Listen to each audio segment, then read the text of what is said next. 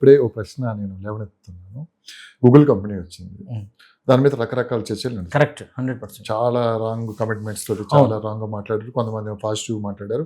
కేవలం 1000 మందికి వచ్చే 1000 మందికి అక్కడ జాబ్లు వస్తున్నాయి, మిగతా అంతా ఆర్టిఫిషియల్గా అక్కడ జరిగిపోతుంటే దీనివల్ల అసలు ఏంటి లాభం అనేది చాలామంది మాట్లాడారు. ఒక కంపెనీ రావటం వల్ల, ఒక బ్రాండెడ్ కంపెనీ రావటం వల్ల ఆ ప్రాంతం మొత్తం డెవలప్ అవుతుంది బేసిక్ అయితే, అంతే కదా. ఆ కంపెనీ వచ్చి ఆ ప్లేస్ ఒకటే డెవలప్ అవ్వదు కదా. కానీ కంపెనీకి ఇచ్చే వాటర్ గురించి కూడా పెద్ద డిస్కషన్. దీనివల్ల ఓవరాల్గా తీసుకున్నాం అంటే నష్టపోతుంది ఎవరు సార్? అంటే రాష్ట్రం నష్టపోతుందా, లేకుంటే రాష్ట్రం డెవలప్మెంట్ ఆగిపోతుందా అంటే ఏం చెప్తారు సార్? ఇలాంటి ఇంపాక్ట్స్ రాష్ట్రం మీద పడుతుంది, కానీ రాష్ట్రం నిబద్ధతగా అది చేసి చూపించగలిగితే. జనరల్గా ఏమవుతుందంటే ఏఐస్ వస్తే బ్యాటరీస్ అవసరం, దాన్ని ప్రొటెక్ట్ చేయాలి, 24/7 వాటర్ ఇవ్వాలి. కేవలం ఎంప్లాయ్మెంట్ దగ్గర మాత్రమే పెద్ద డిస్కషన్ జరుగుతుంది. ఆ కంపెనీ రావటం వల్ల ఆ ప్రాంతం ఎంత డెవలప్ అవుతుంది, దానివల్ల ఎన్ని కంపెనీస్ మళ్ళీ రాబోతున్నాయి, ఆ ఇన్ఫ్రాస్ట్రక్చర్ ఎంత డెవలప్ అవబోతుంది ఆ ఏరియా అనేది ఎవడు వీడియోస్లో మాట్లాడలేదు. లేదండి, యాక్చువల్గా ఇప్పుడు ఓకే వరల్డ్లోనే అతిపెద్ద డేటా సెంటర్ వైజాగ్ వస్తుందనేది, అది వరల్డ్లోనే అతిపెద్దది, వరల్డ్లోనే అతిపెద్దది కాబట్టి దానికి ప్రయారిటీ ఇచ్చి ఎక్కువ మాట్లాడుతున్నాం. కానీ దాని బ్యాక్ ఎండ్లో ఏ కంపెనీస్ వస్తున్నాయి, ఆర్టిఫిషియల్ ఇంటెలిజెన్స్కి సంబంధించి చాలా కంపెనీస్ వస్తున్నాయి అనమాట. అంటే జనరల్గా ఒకప్పుడు మనం బెంగళూరులో కానీ 1992లో బెంగళూరులో ఐటీ సెట్ ఎప్పుడైతే స్టార్ట్ అయింది ఐటీ కంపెనీస్, అప్పుడు స్టార్టింగ్ 13,000 మంది ఎంప్లాయీస్ ఉండేవాళ్ళు. ఇమ్మీడియట్గా 1 yearలో 22,000 మంది ఎంప్లాయీస్ అయ్యారు. అట్లాగే లక్షల్లోకి వెళ్ళిపోయి ఇవాళ 45 లక్షల మంది ఎంప్లాయీస్ అయిపోయారు. అట్లానే హైదరాబాద్లో 1998లో ఐటీ కంపెనీస్ స్టార్ట్ అయినప్పుడు స్మాల్ కంపెనీస్ ఎంత ఒక 600 మంది ఎంప్లాయీస్ ఇట్లా స్టార్ట్ అయిపోయి లక్షల మంది వర్క్ చేస్తాను. అదే పొజిషన్ ఇప్పుడు ఉందన్నమాట. సో అప్పుడు ఎప్పుడైతే హైదరాబాద్కి మైక్రోసాఫ్ట్ ఇలాంటి కంపెనీస్ వచ్చి బిల్ క్లింటన్ రావడం, బిల్ గేట్స్ రావడం, ఇప్పుడే ఆ టైంలో బిల్ గేట్స్ వచ్చినట్టుగా ఇవాళ సుందర్ పిచాయ్ వచ్చారు గూగుల్కి. So imagine that comparability. అట్లానే బెంగళూరు డెవలప్మెంట్ 20 ఏళ్ళ కాలం పట్టిన డెవలప్మెంట్ అనేది హైదరాబాద్ 10 ఏళ్ళకే అయింది. ఓకే, ఇప్పుడు వైజాగ్ అనేది 5-6 ఏళ్ళ కంటే ఎక్కువ పట్టదన్నమాట, అలా ఉంది. సో మనం మాట్లాడుకుంటుంది దీని గురించే కానీ ఐటీ ఆధారిత కంపెనీస్, ఏఐకి సంబంధించిన కంపెనీస్ చాలా వస్తున్నాయి. They are telling that it is enter the వరల్డ్కి ఇది ఒక ఏఐకి సంబంధించిన సెంట్రల్ పాయింట్గా అన్ని నేషనల్ ఛానల్స్లో మాట్లాడుతున్నారు అనమాట. అన్ని నేషనల్ ఛానల్స్ దీన్ని జస్ట్ ఐటీ గూగుల్కి సంబంధించిన డేటా సెంటర్తో మాట్లాడుతూ ఇది రావడం వల్ల ఏఐ కంపెనీస్ వస్తున్నాయి. ఏఐ కంపెనీస్ అంటే ఆర్టిఫిషియల్ ఇంటెలిజెన్స్ అండి. అవంతా డేటా బేస్ మీద వర్క్ చేస్తాయి. మీరు నేను ఏంటంటే మన బ్రెయిన్లో ఏమన్నా మనం చేసుకుంటూ వెళ్ళిపోతాం. మనం ఒక లెటర్ రాయాలంటే మన బ్రెయిన్లో రాసుకుంటూ వెళ్తాం మనకున్న నాలెడ్జ్ ప్రకారం. ఏం చేస్తుంది, లెటర్స్ మీరు చాట్ జీపీటీ లాంటివి తీసుకున్నారు అనుకోండి, మీరు ఏదైనా క్వశ్చన్ వేస్తే అది ఆ డేటా అంతటిని క్రోడీకరించేసి మీకు ఆన్సర్ ఇస్తారు. ఆ డేటా ఏదైతే ఉంటుందో అవే డేటా సెంటర్స్ అనమాట. అంటే ఏఐ అనేది కంప్లీట్గా మనిషి మీద డిపెండ్ అవ్వదు, డేటా మీదే డిపెండ్ అవుతాయి. They need lot of data, చాలా డేటా కావాలి. నేను కొన్ని ఇన్పుట్స్ ఇస్తాను, అది కూడా తను తీసుకుంటుంది. నేను ఇప్పుడు క్వశ్చన్ వేసాను అనుకోండి, నేను అడిగిన క్వశ్చన్ తర్వాత అది మళ్ళీ దాని డేటాబేస్లో పెట్టుకుంటుంది. అది నేను మళ్ళీ 10 ఏళ్ల తర్వాత క్వశ్చన్ అడిగితే ఆ క్వశ్చన్ రిలేటెడ్ ఆన్సర్స్ మళ్ళీ చెప్తుంది అనమాట. ఇలాగే ఏఐ కంపెనీస్ అనేది డేటా మీద బేస్, ఆ బేస్ మెయిన్ అక్కడ తయారు చేస్తున్నారు. సో దానికి తగ్గట్టుగా ఏఐ కంపెనీస్ కూడా వస్తున్నాయి. ఎగ్జాక్ట్లీ సార్, నేను అనేది ఏంటంటే ఏఐ కంపెనీస్ కావచ్చు, కంపెనీస్ వస్తాయి, అంతవరకు బాగానే ఉంది. కానీ ఒక కంపెనీ, ఒక ఎంఎన్సీ కంపెనీ అక్కడికి రావటం వల్ల ఆ చుట్టుపక్కల ఉండే గ్రామాలు ఏవైతే ఉంటాయో ఒక 30 kilometers 40 kilometers ఆ పరిధిలో ఉండేవి, వాళ్ళ భూముల రేట్లు కూడా పెరుగుతున్నాయి, వాళ్ళకి ఆర్థిక వ్యవస్థ పెరుగుతుంది, ఫైనాన్షియల్గా స్ట్రాంగ్ అవుతున్నారు, కుటుంబాలు కూడా కొంచెం ఇంకా పిల్లలను చదివించుకోవడానికి రకరకాల అవకాశాలు కలుగుతున్నాయి, ఎందుకంటే భూమి రేటు పెరగటం. ఇది ఎందుకు చర్చించట్లేదు నా ప్రశ్న. ఓన్లీ ఆ కంపెనీ వచ్చింది, కంపెనీకి ఓన్లీ 1000 మంది ఉద్యోగాలు ఇస్తున్నారు, ఓన్లీ దీనివల్ల అసలు ఏంటి, కొన్ని కోట్ల రూపాయల ల్యాండ్ అనవసరం వాళ్ళకి ఇస్తున్నారు, ఇలాంటి చెత్త చర్చ అయితే నడుస్తుంది. ఎక్కువ జనానికి కూడా ఏంటంటే అదే ఎక్కిస్తున్నారు బాగా. కానీ దానివల్ల ఇంత జరుగుతుంది, ఇంత డెవలప్మెంట్ జరుగుతుంది. ఇప్పుడు ఒక కంపెనీ వచ్చిందంటే చాలా హోటల్స్ వస్తాయి, అవునా కదా, చాలా మందికి ఉపాధి అవకాశాలు కలుగుతున్నాయి. కేవలం ఆ కంపెనీలో చేసే 1000 మంది జాబ్ గురించి ఆలోచిస్తున్నారు, కానీ దాని తర్వాత దాని చుట్టుపక్కల వచ్చే జాబ్స్ గురించి ఎందుకు ఆలోచించట్లేదు? ఎందుకు ఇంత పెద్ద ఎత్తున నెగిటివ్ ప్రచారం జరుగుతుంది? ఒక ప్రాంతం డెవలప్ అవ్వాలన్నా కానీ ముందు ఎంత తొందరగా వెంటనే అవ్వదు కదా. కంపెనీ రావాలి, కంపెనీ వచ్చిన తర్వాత ఆటోమేటిక్గా అందరూ డెవలప్ అవుతారు. ఇప్పుడు భూముల రేట్లు పెరిగాయంటే, చుట్టుపక్కల గ్రామాల భూముల రేట్లు పెరిగాయంటే ఆటోమేటిక్ వాళ్ళు డెవలప్ అయినట్టే కదా. అది కూడా ఫైనాన్షియల్గా వాళ్ళు స్ట్రాంగ్ ఉన్నట్లే కదా. ఎందుకు ఈ చర్చ నడవట్లేదు? సీనియర్ ఎక్స్పర్ట్ గా మీకు చాలా విషయాలు చాలా క్లుప్తంగా మాట్లాడతారు, చాలా ముక్కుసూటిగా కూడా మాట్లాడతారు. ఈ విషయం ఎందుకంటే తెలియాలి చాలా మంది. జనరల్గా ఎవరైతే లబ్ధి పొందుతా ఉన్నారండి వాళ్ళు మాట్లాడరు, దే ఎంజాయ్ ద ఫ్రూట్స్ అనమాట. ఎవరికైతే ఉంటుందో అంటే ఏదైనా మంచి జరగానే దాని వెనక 10 చెడు మాట్లాడటం, ఎందుకంటే పీపుల్ అట్రాక్ట్ ద బ్యాడ్ అనమాట. ఇది ఇట్లా జరిగింది అన్న తర్వాత ఇది ఇలా కాదు ఇలా కాదు ఇలా అనే దాని మీద అట్రాక్ట్ అవుతారు. మోస్ట్లీ మీడియా వాళ్ళు కూడా అండి ఎక్కువగా అంటే వాటి మీద ఫోకస్ చేస్తే ఎక్కువ రేటింగ్ పెరుగుతుందని చెప్పేసి దాని గురించి ఎక్కువగా చర్చలు చేయడం, దాన్ని క్రోడీకరించడం, దాని నెగిటివ్ ఇంపాక్ట్స్ ఏమన్నా మాట్లాడటం, దానివల్ల అట్లా ప్రచారం చేయడం అనేది జరుగుతుంది అనమాట. ఇప్పుడు మీలాంటి ఛానల్స్ ఉన్నాయి పాజిటివ్గా అసలు నిజంగా అంటే మనం బ్యాడ్ కూడా మాట్లాడదు, కంప్లీట్గా పాజిటివ్ మాట్లాడినా కూడాను పీపుల్ ఎందుకంటే దేంట్లో కూడా కంప్లీట్ పాజిటివ్నెస్ ఉండదు. ఒక 10-15% నెగిటివ్ కూడా ఉంటుంది. ఇప్పుడు ఐటీ కంపెనీస్ ఒకటే చాట మన హైదరాబాద్లో రావడం వల్ల ట్రాఫిక్ సమస్య వచ్చింది. ఓకే, సో ఆ పొల్యూషన్ పెరిగింది ఆ కొన్ని ఏరియాల్లో, సో అది నెగిటివ్ ఇంపాక్ట్. ఇప్పుడు పాజిటివ్గా అయితే మంచి జాబ్ ఆపర్చునిటీ వచ్చినాయి, లైఫ్ స్టైల్ మారిపోయింది, అందరు చక్కగా ఊర్లలో నుంచి ఇచ్చిన ప్రతి ఒక్కళ్ళు కూడా అసలు 10-15 వేలు జీతం అంటేనే అసలు ఆలోచనకి దూరంగా ఉండేదంట. 70-80 వేల జీతాలతో చక్కగా లైఫ్ లీడ్ చేస్తున్నారు, లైఫ్ అప్లిఫ్ట్ చేసుకుంటున్నారు, అప్గ్రేడ్ చేసుకుంటూ ఉన్నారు. ఇది 80%. 20% అయితే ఉంటుంది కదా నెగిటివ్. కానీ నెగిటివ్ ఎప్పుడైతే మాట్లాడతామో అది పీపుల్ అట్రాక్ట్ అవుతారు కాబట్టి most of the people they think అనమాట. అట్లానే కొన్ని ప్రతి దగ్గర కూడా గవర్నమెంట్కి కొన్ని వ్యతిరేక శక్తులు కూడా కొన్ని ఉంటాయి, బై డిఫాల్ట్ ఉంటాయి. అది ఇప్పుడు కాదు, కౌటిల్యుడు రాజనీతి శాస్త్రంలోనే చెప్పాడు అనమాట. సో కాబట్టి అవన్నీ ఉంటాయి. సో ఉన్నప్పుడు ఏంటంటే వాళ్ళు ఏ మంచి చేసినా కూడా ఇది ఇలా కాదు అలా కాదని చెప్పి మాట్లాడటం అనేది కామన్ థింగ్ అనమాట. అందుకే మనం ఏం చేయాలంటే మనం ప్రాక్టికల్గా మీలాంటి channels what is the facts యాక్చువల్గా, దీనివల్ల ఎలాంటి బెనిఫిట్స్ ఉంటాయి, ఎలాంటి నష్టాలు ఉంటాయి, అది కూడా మనం డిస్కస్ చేసాం అనుకోండి. రెండు కనుక వెళ్తే ఒకటి వ్యక్తికి then they calculate, they analysis అనమాట. అనాలిసిస్ చేసి దెన్ వాళ్ళు పాజిటివ్గా మూవ్ అయ్యే అవకాశాలు ఉన్నాయి అనమాట. ఇదంతా ఏమవుతుంది, మనం కరెక్ట్గా మళ్ళీ 5 ఏళ్ల తర్వాత ఇక్కడ కూర్చున్నాం అనుకోండి, కూర్చున్న తర్వాత మనం ఆ రోజులు నేను నెగిటివ్ మాట్లాడాను, ఇప్పుడు చూసారు ఎంత పాజిటివ్ ఉందో ఎలా ఉందో అనేది మళ్ళీ మనమే మాట్లాడాలి. అమరావతిలో కూడా ఇదే జరుగుతుంది ప్రెసెంట్. అమరావతిలో జరుగుతున్న డెవలప్మెంట్స్ మనం చూస్తూనే ఉన్నాం. అంటే వెంటనే అవ్వదు, ఎందుకంటే ఒక రోజుతో అయ్యేది కాదు కదా, కనీసం ఒక టార్గెట్ ఉంటుంది. అది రీచ్ అవ్వాలంటే కావాల్సిన ఇన్ఫ్రాస్ట్రక్చర్ కావచ్చు, మనీ మెయిన్, మనీ ఉంటే అన్నీ అయిపోతాయి. అది కూడా ఇప్పుడు చర్చ నడుస్తుంది దాని మీద కూడా. ఎందుకు ఒక వర్గం ఏం చేస్తుందంటే అమరావతి ఇలా ఉండబోతుందని ఒక వర్గం నడుస్తుంది, లేదు అమరావతి ఇలా అట్టడి స్థాయి ఫలితాలు ఉంటాయి అని చెప్పి ఒక వర్గం డిస్కషన్ జరుగుతుంది. ప్రాక్టికల్గా చెప్పాలంటే కొంత అయితే యాక్చువల్గా ఏంటంటే ఒక అమరావతి లాంటి రాజధాని నిర్మించి మేము ఒక 10 ఎకరాలు లేఅవుట్ చేయాలంటే 2 ఏళ్ళు పడుతుందండి.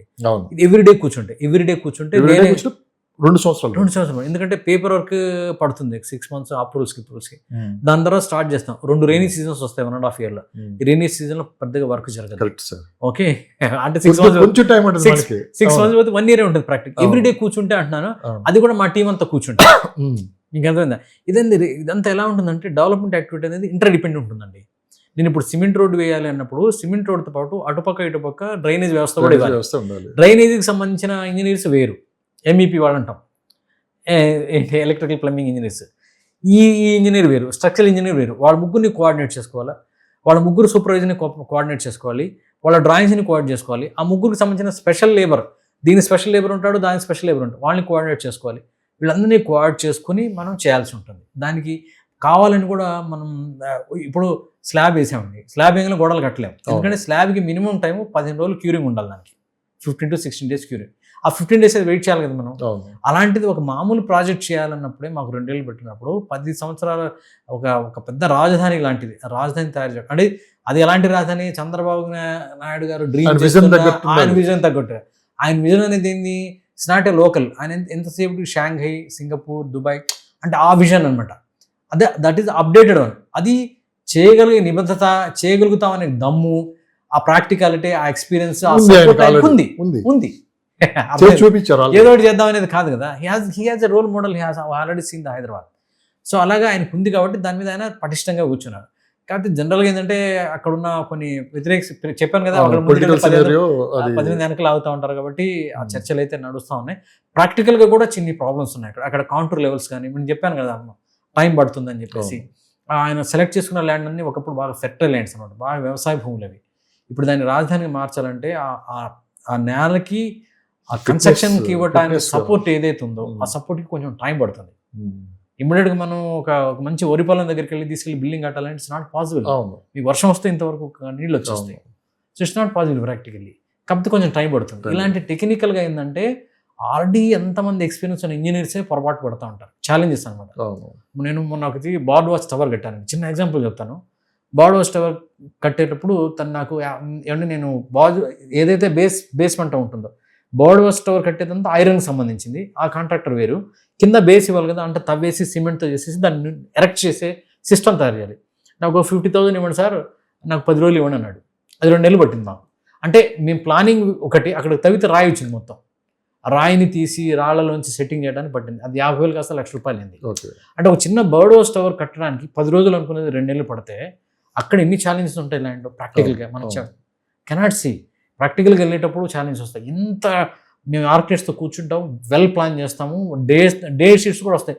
అంటే ఇప్పుడు 2016 కదా, 2017 జూన్ 15వ తారీఖున ఏ వర్క్ చేయాలనేది కూడా మా సిస్టంలో ఉంటుంది. అంత ప్రాక్టికల్గా వెళ్ళినా కూడా అది కాదు ప్రాక్టికల్గా. అలా అని చెప్పేసి మేము టైం లెంత్ కోసం అవన్నీ తీసుకుంటాం, ఆ 16వ తారీఖున ఏం జరగబోతుంది అనేది. కానీ అది 16 కాదు, అది సెప్టెంబర్ అక్టోబర్ అవుతుంది. వర్షాలు ఎక్కువ అనుకున్న దానికంటే ఎక్కువ పట్టము, లేకపోతే తవ్విన తర్వాత వేరే ఛాలెంజెస్ వస్తాయి. ఇలా కన్స్ట్రక్షన్ యాక్టివిటీలో ఈ ఛాలెంజెస్ని ప్రతి ఒక్కళ్ళు యాక్సెప్ట్ చేయాలండి.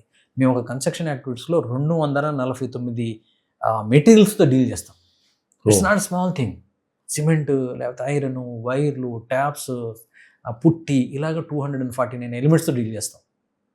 ఒక రాజధాని లాంటి దాంట్లో మీకు అన్ని పర్మిషన్స్ అంటే రాజధాని గవర్నమెంట్ చేస్తుంది కాబట్టి పర్మిషన్ విషయంలో ప్రాబ్లం లేదు. సెంట్రల్ గవర్నమెంట్ నుంచి కొన్ని పర్మిషన్స్ అవసరం ఉంటాయి, అన్ని ఎదుర్కోవాలి కదా. సెంట్రల్ గవర్నమెంట్ కూడా ఫార్గా ఉంటాయి, కానీ ప్రాక్టికల్ గా టెక్నికల్ ఛాలెంజెస్ అంటే కోర్టు మీకు కలిసి ఉంది కాబట్టి ఓకే ఈజీగా అవుతుంది. ఒకవేళ లేకపోతే చాలా ఛాలెంజ్. అవును, అన్ని ప్రతిదీ పర్మిషన్స్, అప్రూవల్స్. మోదీ గారు ఒక మాట అన్నారు హైదరాబాద్ వచ్చినప్పుడు, గుజరాత్ లో వచ్చినట్టు ఫండ్స్ మాకు ఇవ్వండి అని రేవంత్ రెడ్డి గారు అడిగితే, మీరు మాతో కలిసి పనిచేయండి, అంతకు మించి ఫండ్స్ ఇస్తానని చెప్పి అన్నారు. అంటే సపోర్ట్ ఉంటే కదా, సెంట్రల్ గవర్నమెంట్ మంచి కమ్యూనికేషన్ ఉండి వాళ్ళతో ఫుల్ సపోర్ట్ ఉంటే వాళ్ళు ఇస్తానన్న డైరెక్ట్ మొహమ్మద్ చెప్పేసి దీన్ని కూడా కన్సిడర్ చేయాల్సి ఉంటుంది అనమాట, కన్సిడర్ చేయాల్సి ఉంటుంది. But it is time taking procedure. Thing ఏంటంటే గవర్నమెంట్ కూడా ఏం చేయాలంటే, డెవలప్మెంట్ ఏమైతే ఇప్పుడు ఇక్కడ గవర్నమెంట్ ఎలా ఉంది సార్, చిన్న ఎగ్జాంపుల్ FCDA తీసుకోండి, ఫ్యూచర్ సిటీ డెవలప్మెంట్ కార్పొరేషన్. దీనికి సంబంధించి ఎంత ఇంటాక్ట్ ఉందంటే పబ్లిక్లో, అంటే అంత ఎక్స్పోజ్ చేసేసి అంత ప్రమోషన్ అవుతుంది, ప్రాక్టికల్ కూడా వర్క్ అవుతుంది ప్రతిదీ. చెప్పిన డేట్ ప్రకారం ఓపెనింగ్స్ అవుతున్నాయి, చెప్పిన డేట్ ప్రకారం ప్రతిదీ అవుతా ఉంది. సో ఒకటి ప్రకటన ఇవ్వటమే కాకుండా నిబద్ధత దాని మీద పనిచేయటం, ఆ పని చేస్తూ దాన్ని ప్రమోషన్ చేయటం, జనాల ముందుకు తీసుకెళ్ళటం, ఆ రకంగా తీసుకెళ్ళి దీన్ని ఒక రేంజ్కి తీసుకెళ్ళారు. ఇప్పుడు అందరూ కొంచెం future city development corporation authority మీద చాలామందికి ఫోకస్ పెట్టి అటుపక్క ల్యాండ్స్ ఏమనేది చూస్తున్నారు అనమాట. అలాంటి ఒక వ్యవస్థ, అది గవర్నమెంట్ వ్యవస్థ అయి ఉండకూడదు. మళ్ళీ గవర్నమెంట్ వ్యవస్థ అంటే PRO వ్యవస్థ, వాళ్ళు ఎలాగ ఏమున్నా చెప్పుకుంటూనే ఉంటారు, మేము అది చేసాం. అలా కాదు, మాలాంటి వాళ్ళు కొంచెం ప్రైవేట్ వ్యవస్థలు వెళ్ళి క్రోడీకరించి మొత్తం అసలు ఏం జరుగుతుంది అనేది, రాజధానికి సంబంధించిన ఏమేమి మెయిన్ సెగ్మెంట్స్ వస్తున్నాయి, ఓకే రాజధానికి మెయిన్ కావాల్సిన ఏంటి, ఏమేమి సెగ్మెంట్స్ వస్తున్నాయి, పేపర్ వర్క్ ఎంత అయింది, ప్రాక్టికల్గా ఏం జరుగుతుంది, ప్రాక్టికల్గా వాళ్ళ ఇంజనీర్స్ ఉంటారు డెవలప్ చేసేవాళ్ళు, మీకు ఎలాంటి ఛాలెంజెస్ వస్తున్నాయి, మీకు ఇది అనిపిస్తుందా పూర్తి చేయగలుగుతామని, లేదని ఫైనాన్షియల్ ఇన్స్టిట్యూషన్ దగ్గరికి వెళ్ళాలి, అక్కడికి వెళ్ళి ఏం జరుగుతుంది అనేది. అంటే ఇదంతా గవర్నమెంట్ చేయలేదు, బికాజ్ ఇట్ ఈస్ వాళ్ళు బిజీగా ఉన్నారు. మనలాంటి వాళ్ళు ఎవరో ఒక టీమ్గా తయారు చేసుకుని రివ్యూ చేసి ఉన్న ఫ్యాక్ట్స్ చెప్పాలి. అది కూడా మనం వక్రీకరించి ప్రమోట్ చేయడం కాదు, చెప్పాలి.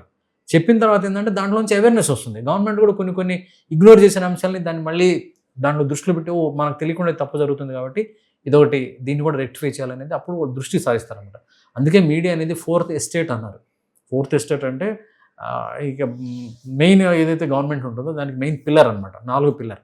అండ్ మీడియా మీద కూడా చాలా బాధ్యతలు ఉంటాయి. కానీ మీరు వర్క్ చేస్తున్నాయి వన్స్ అపాన్ ఎ టైం మీడియాలో, అప్పటికిప్పుడు చాలా చేంజెస్ పూర్తిగా చేంజ్. ఎథిక్స్ ఇప్పుడు లేవు.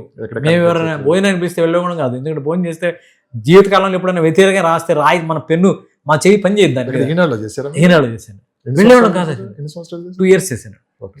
2 years చేశాను. I got promoted. నాకు మంచి ఇదే ఉంది. బట్ మా parents they don't like it, so that I come back. Me contact number చాలా మంది అడుగుతున్నారు, మీకు ఇబ్బంది లేదనుకుంటే? ఇబ్బంది ఏం లేదండి, ఇబ్బంది ఏం లేదు. చాలా మంది నాకు వాట్సాప్లో అంటే they are respecting my time and they are giving అనమాట. నేను కూడా వాళ్ళు ఇచ్చిన తర్వాత నేను ఇమీడియట్గా చూసి నాకు ఈ విషయాల మీద మీ థాట్ ప్రాసెస్ ఎలా ఉంది దీని మీద నేను కూడా క్వశ్చన్స్ అడుగుతున్నాను, వాళ్ళు చెప్తా ఉన్నారు. దానికి నేను మళ్ళీ బ్యాక్గ్రౌండ్ వర్క్ చేసేసి నేను వాళ్ళకి ఆన్సర్స్ కూడా ఇస్తూ ఉన్నాను. నిరభ్యంతరంగా అడగచ్చు, నాకైతే ప్రాబ్లం ఏం లేదు. నా నెంబర్ వచ్చేసరికి 9666777771 9666777771. వెబ్సైట్ ఉందా? వెబ్సైట్ ఉంది. వెబ్సైట్ ఒకసారి www.silversandsinfra.com www.silversandsinfra.com. ఎన్ఆర్ఎల్కి పర్టికులర్ ఒక టైం అంటే ఏమన్నా కేటాయించారు? Evening Indian time 7 to 9 is comfort. అంటే వాళ్ళు కూడా అది తెల్లారుతుంటుంది అప్పుడు. ఆ టైం కొంచెం కంఫర్ట్ అనమాట. ఆ టైంలో కూడా నేను వచ్చిన క్వారీస్ అనేది కొంచెం లేట్గా ఆఫ్టర్ 9 మా ఫ్యామిలీ టైం ఉంటుంది. లేటుగా హాఫ్ అన్ అవర్ దాని మీద చూసేసి నెక్స్ట్ డే దాన్ని ప్రాసెస్ ఎక్కడ సింగిల్ రూపీ కూడా ఛార్జ్ అనేది లేదు. అసలు అవసరం కూడా లేదండి. ఇప్పుడు కాదు, లైఫ్లో అవసరం ఉండదు. Thank you so much. నేను రియల్ ఎస్టేట్ చేస్తున్నాను, భగవంతుడు నాకు ఇస్తున్నాడు. నా కస్టమర్ల ఆశీస్సులు కానీ మీలాంటి వాళ్ళ విషెస్ కానీ enough for me. Thank you sir. Thank you so much. Thank Thank you. you so valuable time.